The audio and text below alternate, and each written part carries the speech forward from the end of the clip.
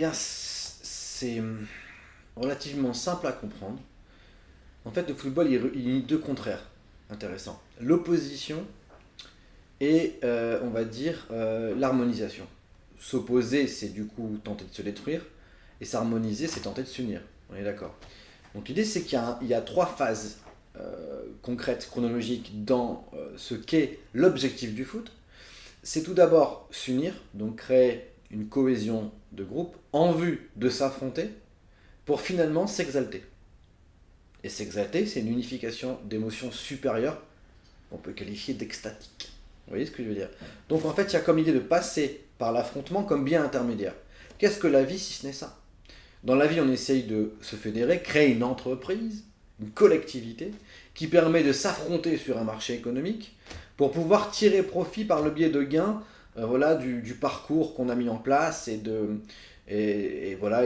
comment je pourrais dire ça de l'épopée qui a été construite autour du fait qu'on s'est fédéré en un collectif pour s'opposer voilà, dans le marché à des ennemis ou plutôt des opposants simplement, et bénéficier in fine d'une satisfaction qu'amène la victoire. Donc l'idée du football, c'est que voilà, ça comprend les caractéristiques propres à l'homme. L'esprit veut diviser, il veut s'opposer, c'est le côté conquérant de l'homme, conquérir. L'âme veut unir, c'est-à-dire qu'elle veut ne faire qu'un. Et dans le football, il y a quoi? Cette idée qu'on crée un collectif, une osmose, à partir de laquelle on vise une opposition. Et cette opposition-là n'est pas une finalité non plus, elle n'est qu'un bien intermédiaire qui permet une unification de joie supérieure. La joie dans la victoire. Voilà pourquoi le football est intéressant.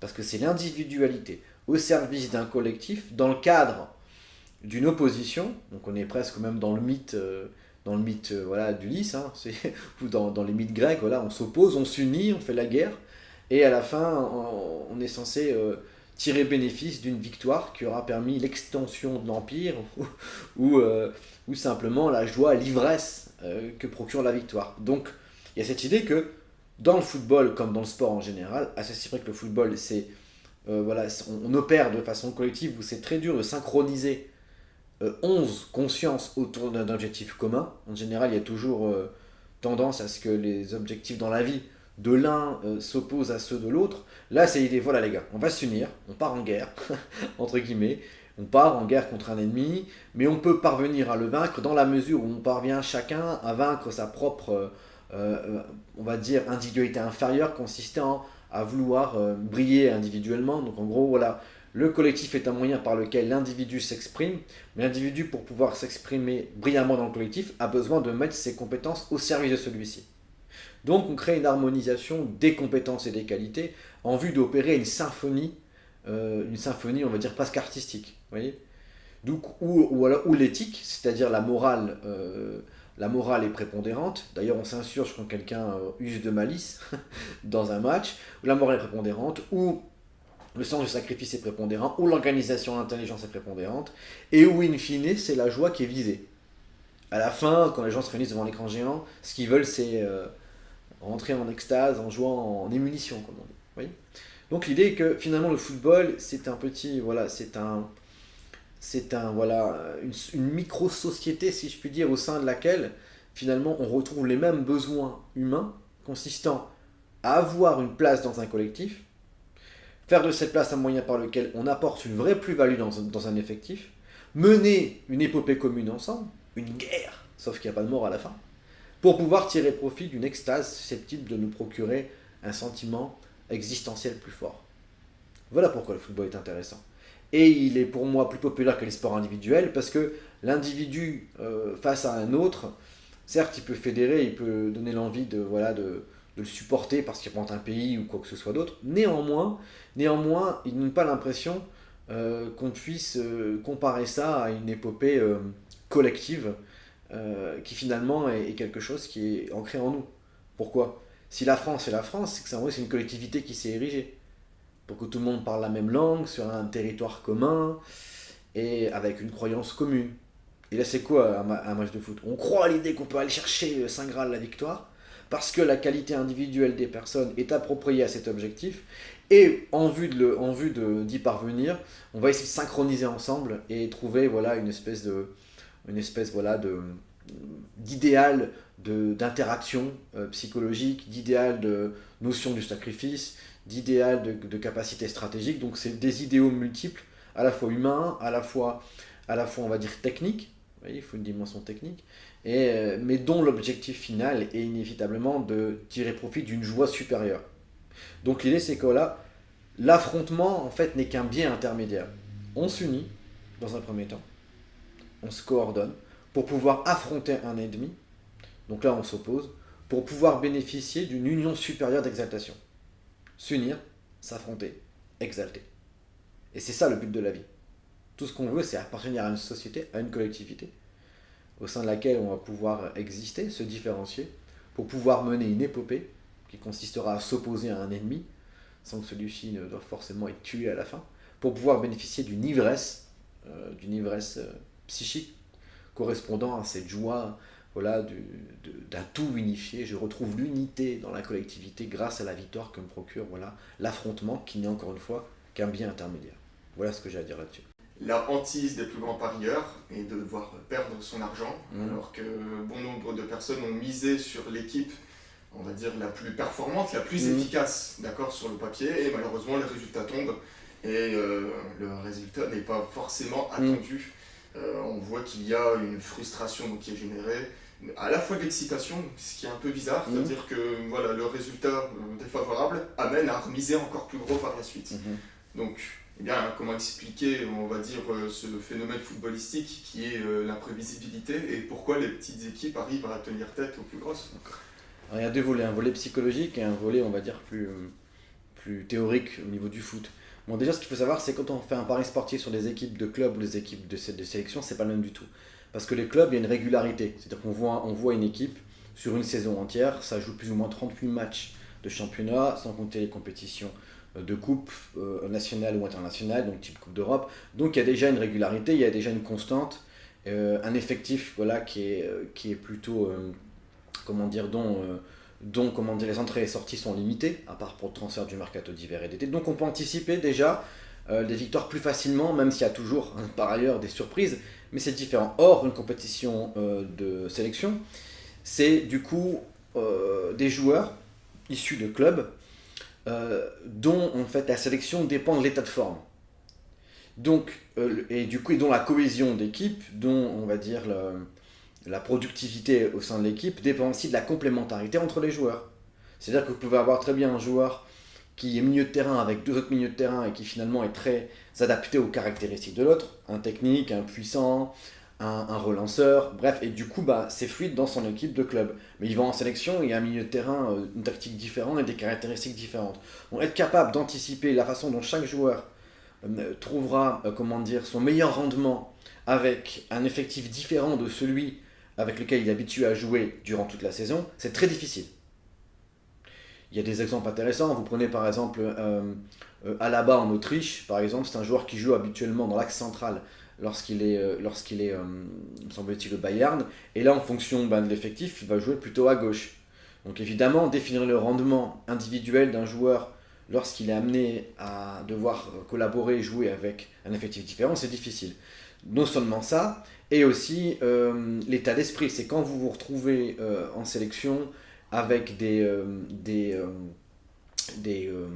camarades qui ont eux-mêmes eu leur saison dans chaque club, il y a une émulsion différente en fonction aussi du degré de patriotisme, en fonction du degré d'intérêt pour la sélection. Et du coup, c'est quoi une compétition internationale? C'est immersion durant un mois normalement ensemble. Donc l'aspect psychologique, l'aspect cohésion interne est beaucoup plus important que lorsqu'on est en club. Pourquoi? Parce qu'en club, le soir on rentre voir sa femme, il y a toute une vie parallèle, on n'est pas comme ça presque à huis clos entre guillemets dans un endroit regroupé, c'est presque voilà, un campement militaire indirectement. Donc forcément il y a des critères psychologiques qui rentrent en ligne de compte, la natation a un contexte tactique qui est vraiment différent, et aussi le fait que là il y a un engouement collectif populaire et massif, dans le sens où quand c'est des clubs, qu'est-ce que c'est? C'est un club, une ville qui est en rivalité avec une autre, et du coup, on fait pas l'unanimité. On prend le PSG en France, c'est autant détesté qu'apprécié. Parce que c'est la capitale. Donc du coup, il n'y a pas ce poids, on va dire, de l'unanimité de votre pays qui vous suit. Donc tous ces facteurs psychologiques, tactiques, rentrent en ligne de compte et rendent pour moi l'anticipation des compétitions internationales beaucoup plus difficile que finalement le fait de prévoir relativement des scores au niveau des clubs. C'est mon avis. Maintenant, sur l'aspect, on va dire, frénétique du pari, l'envie de parier tout le temps, je pense que ça correspond à un déficit de supplément d'âme. C'est qu'à un moment donné, nos vies sont tellement réglées sur, comme on dit, du papier à horloge, que bah, il se trouve qu'à l'arrivée, eh bien, il faut bien qu'on trouve un moyen d'exaltation. Et là, bah tiens, c'est les grandes compétitions, la petite bière, le petit morceau de pizza, et puis tiens, t'as fait un pari sportif, bah ouais, j'ai mis autant. Et puis du coup, tu t'ajoutes à l'engouement et à la tension du match une tension supplémentaire. C'est du coup, voilà, c'est par un déficit, je pense, individuel de satisfaction de la vie qu'on aime à se procurer des suppléments d'âme, voilà, qui se surajoutent parce que la vibration est peut-être trop limitée, la mécanisation de notre vie, métro, boulot, dodo, et le fait que ben, voilà, le futur est sinon incertain, du moins peu propice à engendrer de l'enthousiasme, et ben pourquoi pas voilà, en 1 heure et demie de temps avec un pari, envisager le gain d'une somme voilà, qui ne changera pas la vie hein, en général, mais qui suscitera voilà, une sécrétion hormonale, d'adrénaline, d'enthousiasme supplémentaire.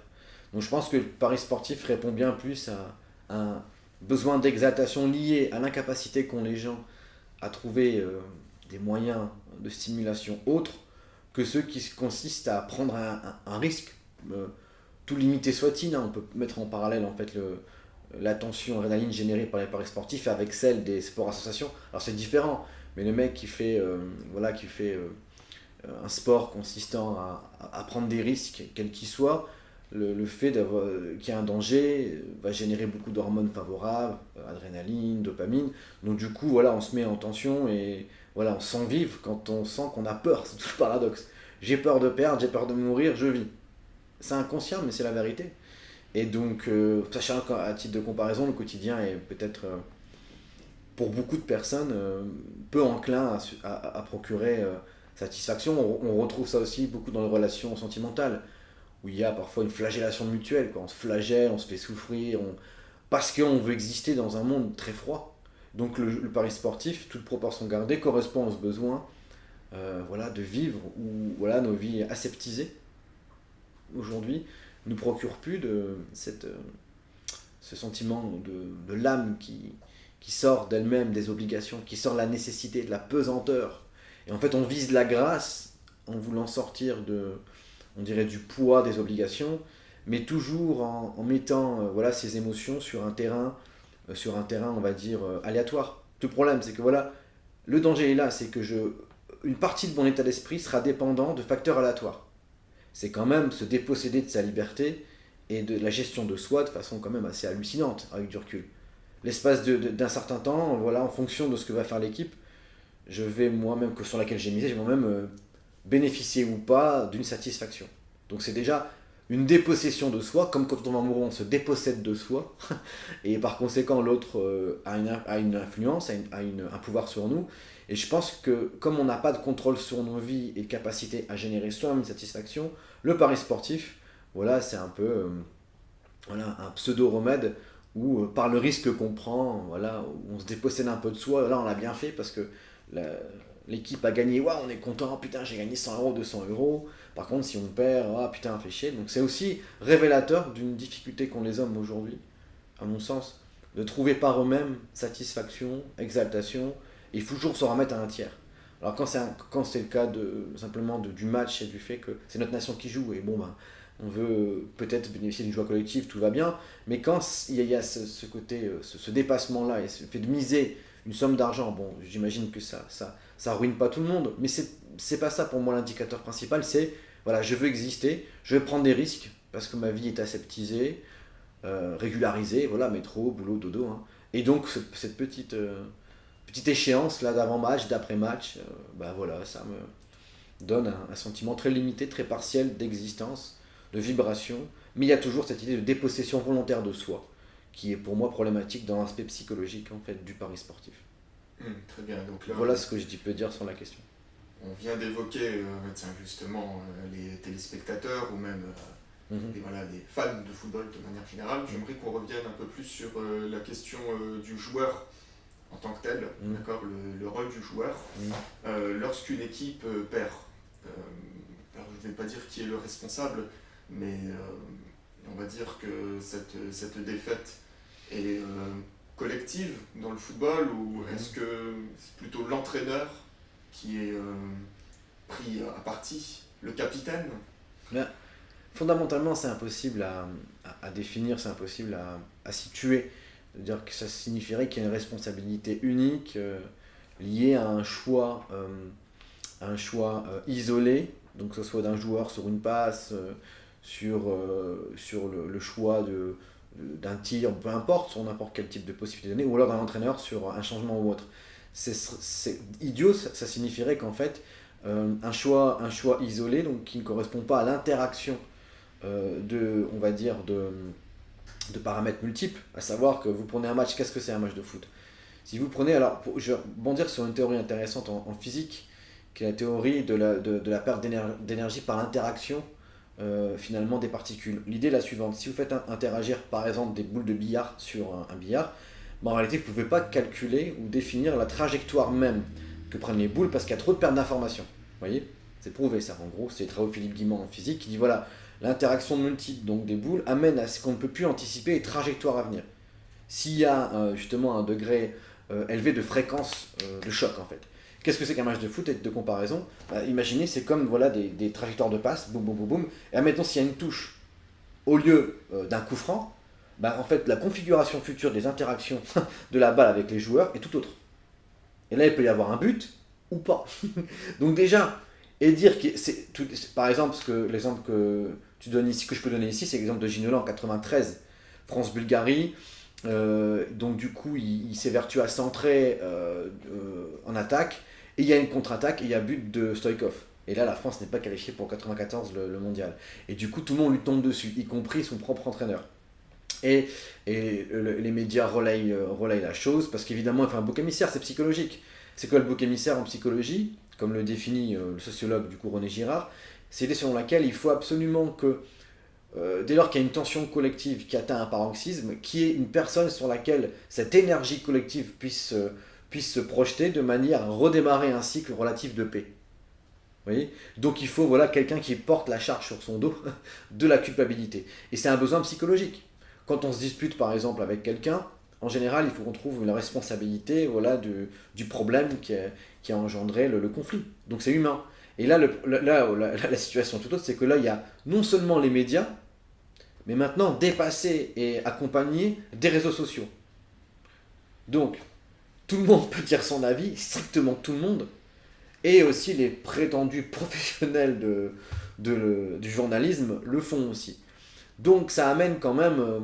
alors l'avantage de tout ça, c'est qu'avant, s'il n'y avait qu'une structure médiatique, qu'un relais médiatique qui disait bah, tiens, c'est de sa faute à lui, ou deux, l'équipe par exemple en France, eh bien derrière ça prenait voilà, une tournure, on va dire, collective d'unanimité, parce qu'à la limite, voilà, il n'y avait qu'un courant, tandis que maintenant, l'avantage malgré tout, c'est que si quelqu'un voilà, veut faire d'un joueur son bouc émissaire, je pense à Mbappé qui a un penalty, ben, certains le feront, d'autres s'y opposeront, donc il y a moins la possibilité de créer une unanimité par rapport au bouc émissaire dans le foot, mais la responsabilité justement de telle ou telle personne, donc en l'occurrence entraîneur ou joueur, est forcément très très relative, dans la mesure où, comme je le disais, c'est un sport collectif où c'est 22 joueurs qui s'affrontent évidemment, et finalement il y a une somme de hasard incroyable, dans le sens où il suffit qu'une action advienne avec voilà, un nombre de passes qui a eu lieu et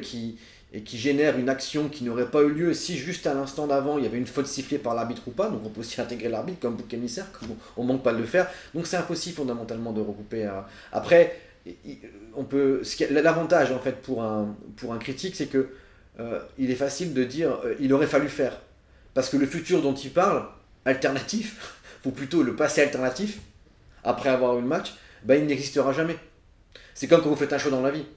Vous dites, ah, j'aurais dû faire un autre choix. Parce que fatalement, le choix que vous avez fait, il a été conduit dans la réalité. Donc il a été démystifié par le réel, il a montré ses limites dans la réalité. Par contre, un choix qui n'a pas été fait, il contient une multitude de potentialités, dont la finalité pourrait être salutaire. Mais on ne le vérifiera jamais. Donc on peut continuellement supputer là-dessus, dire il aurait fallu faire. Bah oui, on n'a pas la réponse. Par contre, on a la réponse du choix qui a été fait, on a la conclusion. C'est tout le problème. Donc je pense pas qu'il faille voir un bouc émissaire dans la question du foot. C'est difficile.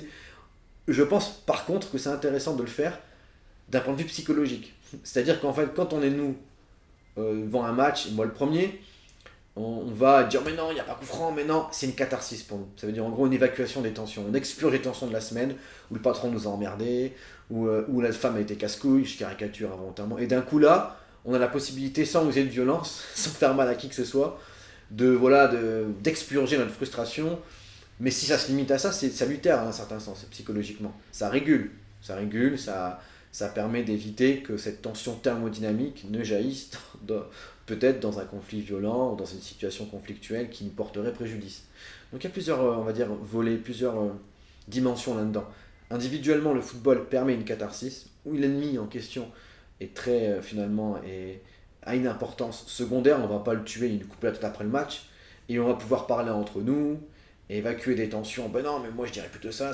Et c'est salutaire, on va dire, pour l'équilibre psychologique en un certain sens. L'idéal, ce serait pas avoir besoin de ça pour évacuer ces tensions, mais l'humanité n'est pas encore arrivée à son degré maximal d'évolution pour ne plus avoir besoin on va dire, d'éléments susceptibles de faire évacuer justement ces tensions cumulées dans une société de compétitivité, de tension.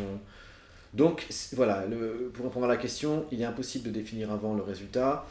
Secondairement, l'idée d'accuser quelqu'un est possible, est intéressante seulement du point de vue de ce que ça engendre psychologiquement comme satisfaction, ou comme allègement des tensions plutôt. Et ensuite,